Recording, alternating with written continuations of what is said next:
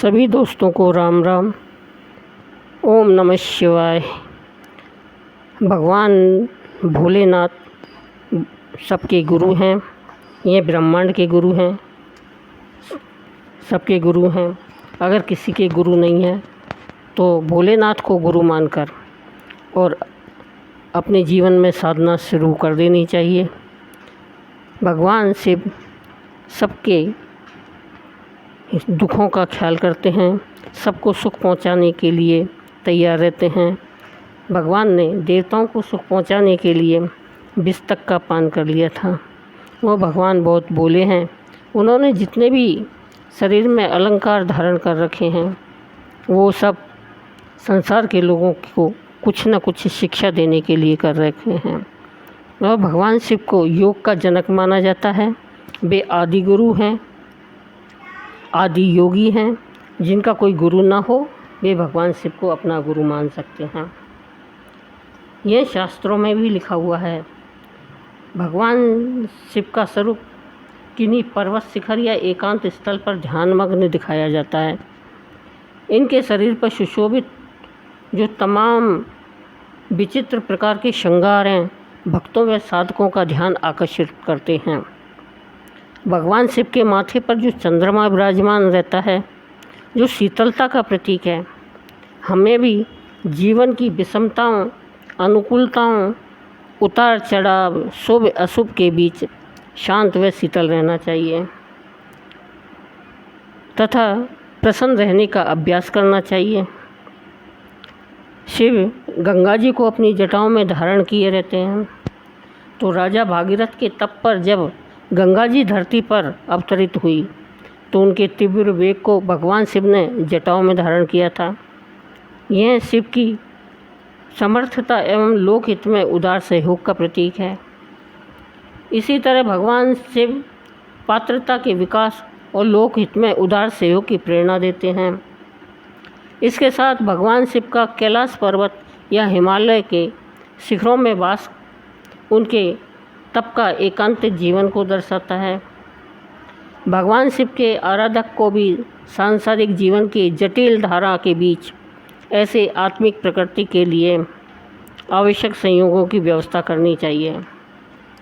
भगवान शिव की देह पर भस्म का लेप रहता है जो जीवन के नश्वर स्वरूप का बोध कराता है। एक दिन इस काया का अंत भस्म की ढेरी के रूप में होना है, तो अतः इसका ध्यान रखते हुए आत्म तत्व का सदा चिंतन मनन करते रहना चाहिए और अपने कर्तव्यों का निर्वहन करते रहना चाहिए। भगवान शिव शमशान घाट पर वास करते हैं। इसका संदेश यही है कि मृत्यु का सदैव ध्यान रखा जाए तथा जीवन के नश्वर स्वरूप के बीच इसके शाश्वत प्रवाह में मन को निमग्न रखा जाए, तो व्यक्ति बुरे कर्मों से बचा रहेगा और एक दिन जब उसकी मृत्यु आएगी तो वह उसके लिए तैयार होगा। देह का त्याग जीवन की महायात्रा का एक पड़ाव है और मृत्यु दुख व शोक के बजाय उत्सव का रूप लिए होगी। भोलेनाथ नीलकंठ भी कहलाते हैं, जो कंठ में समुद्र मंथन से निकले हुए कालकूट विष को धारण करने के कारण है। यह विष उन्होंने लोकहित में महान तप, त्याग एवं आत्म बलिदान के दुस्साहस का प्रतीक है। साथ ही इसमें वाणी के असाधारण संयम का भी संदेश देता है। हम दूसरों के विषम व प्रतिकूल व्यवहार के बावजूद भी उदारता, सहिष्णुता का परिचय दें।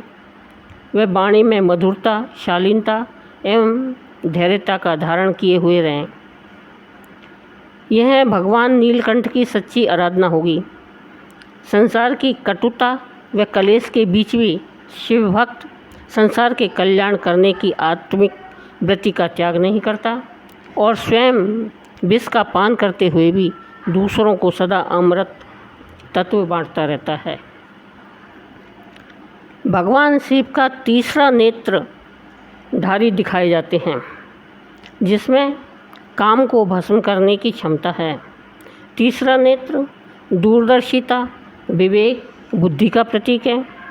जो उचित अनुचित का भेद करता है। वर्तमान के तात्कालिक लाभ के बजाय दूरगामी परिणामों को देखते हुए कष्ट अभाव सहते हुए भी समझदारी भरे निर्णय लेता है। तीसरा नेत्र जागृत आज्ञा चक्र का नाम है।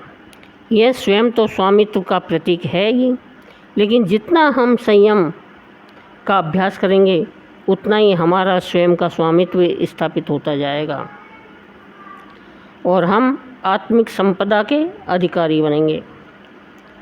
भगवान शिव के गले व कान पर सर्प लिपटे दिखाए जाते हैं। सर्प अहंकार व क्रोध का प्रतीक है, जो तनिक सी चोट पर भी फुफकार उठता है। ऐसा भयंकर जीव भी भगवान शिव के गले का श्रृंगार बनता है और शांत भाव से उनसे लिपटा रहता है, भगवान शिव की रक्षा करता है। भगवान शिव के गले में सर्प होने का आध्यात्मिक संदेश यही है कि क्रोधी व अहंकारी व्यक्ति को भी अपने संयम व प्रेम के बल पर साधने का प्रयास करना चाहिए।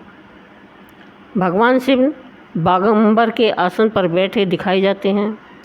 बाघ एक क्रूर एवं हिंसक पशु का प्रतीक है, जिसे आसन बनाकर भगवान शिव ध्यान व साधना में निमग्न रहते हैं। ऐसे ही हमको भी जीवन में अंतर्निहित प्रबल पशुत्व को हावी नहीं होने देना चाहिए।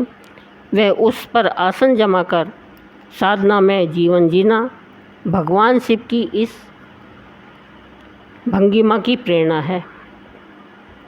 भगवान शिव के हाथ में त्रिशूल व दूसरे हाथ में डमरू रहते हैं।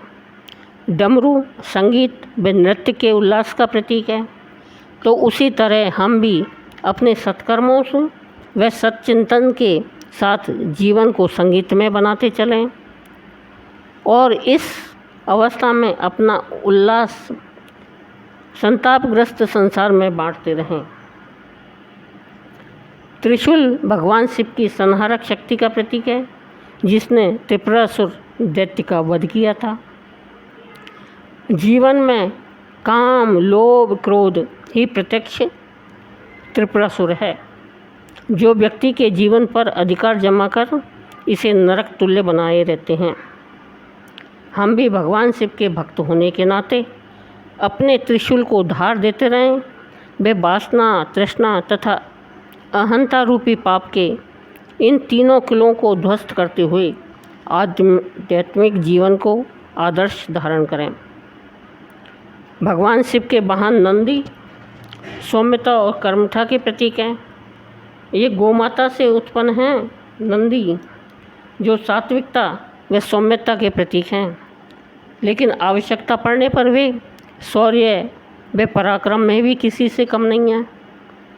भगवान शिव को अपना आराध्य मानने वाले नंदीश्वर की इन विशेषताओं को अपने जीवन में धारण करना चाहिए, तो यह सर्वथा प्रशंसनीय माना जाएगा।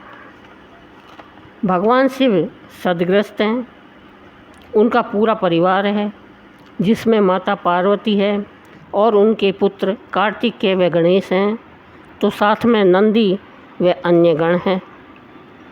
इस रूप में वे एक सदग्रस्त है एवं योगी का आदर्श प्रस्तुत करते हैं, जो संसार में रहते हुए भी आध्यात्मिक जीवन के मूर्तिमान आदर्श हैं। ऐसे सन्यासी की तरह एक गृहस्थ के लिए भी भगवान शिव आध्यात्मिक आदर्श है। यही उनकी सबसे बड़ी विशेषता है, जिसके कारण वे देवों के देव महादेव कहलाते हैं। भगवान शिव का प्रचलित रूप शिवलिंग है, जो उनके देह भाव से परे हैं और आध्यात्मिक स्वरूप को प्रदर्शित करता है। यह इस तथ्य का भी प्रखर बोध कराता है कि संसार का स्वरूप साकार होते हुए भी इसका आधार आत्मा है। इस रूप में आध्यात्मिक दृष्टि से संसार के भौतिक सौंदर्य का अधिक महत्व नहीं होना चाहिए। साधक को सांसारिक सौंदर्य के मूल में निहित चैतन्य ईश्वरी धारा की ही उपासना करनी चाहिए। यानी कि जो साधक के शरीर में आत्मा है उसी की ही उपासना करनी चाहिए और उसी को साधना चाहिए। यही शिवलिंग में निहित संदेश है। सांसारिक रूप सौंदर्य में खोकर अपनी आत्मा को भूलकर एवं शिव तत्व से यानी भोलेनाथ से विमुख होना मानवीय जीवन की एक बहुत बड़ी विडंबना कही जाएगी। शिवलिंग के रूप में भगवान शिव की उपासना इसी शाश्वत सत्य की परिचायक है। इस तरह से भगवान शिव एक अलौकिक आध्यात्मिक आदर्श हैं। बोलो भोलेनाथ भगवान की जय।